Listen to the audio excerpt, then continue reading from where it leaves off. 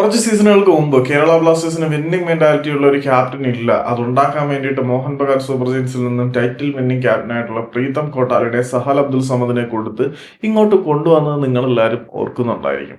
ഏറെ കൊട്ടിഘോഷിച്ച് ബംഗാൾ കടുവ ബ്ലാസ്റ്റേഴ്സിന് വേണ്ടി കളിക്കാൻ പോകുന്നു, ഇവിടെ പുലി ഇറങ്ങുന്നു എന്നൊക്കെ പറഞ്ഞ് വളരെ വലിയ പ്രൊമോഷനും കാര്യങ്ങളൊക്കെ കൊടുത്ത് കൊണ്ടുവന്ന പ്ലെയർ ബ്ലാസ്റ്റേഴ്സിൽ ശരിക്കും ഒരു മാൻട്രക്കിനെ പോലെ ആയിരുന്നു പെർഫോം ചെയ്തത്. അത്ര മികച്ച പെർഫോമൻസ് ഒന്നും പുള്ളിയിൽ നിന്നും ഉണ്ടായില്ല.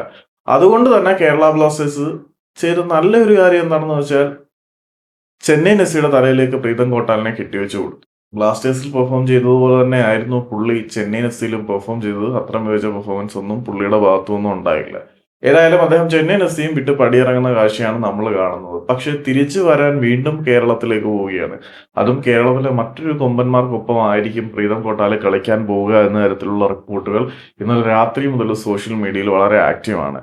കേരള സൂപ്പർ ലീഗിൽ കളിക്കുന്ന ട്രിവാൻഡ്രം കൊമ്പൻസ് എന്ന അദാനി ഗ്രൂപ്പിന് കീഴിലുള്ള ക്ലബിലേക്കായിരിക്കും പ്രീതം കോട്ടാൽ എന്ന് പറയുന്ന പഴയ ബ്ലാസ്റ്റേഴ്സ് ക്യാപ്റ്റൻ അല്ലെങ്കിൽ ബ്ലാസ്റ്റേഴ്സ് താരം ഐ എസ് എല്ലിലെ സൂപ്പർ താരം വരാൻ പോകുന്നത് എന്നാണ് റിപ്പോർട്ട്.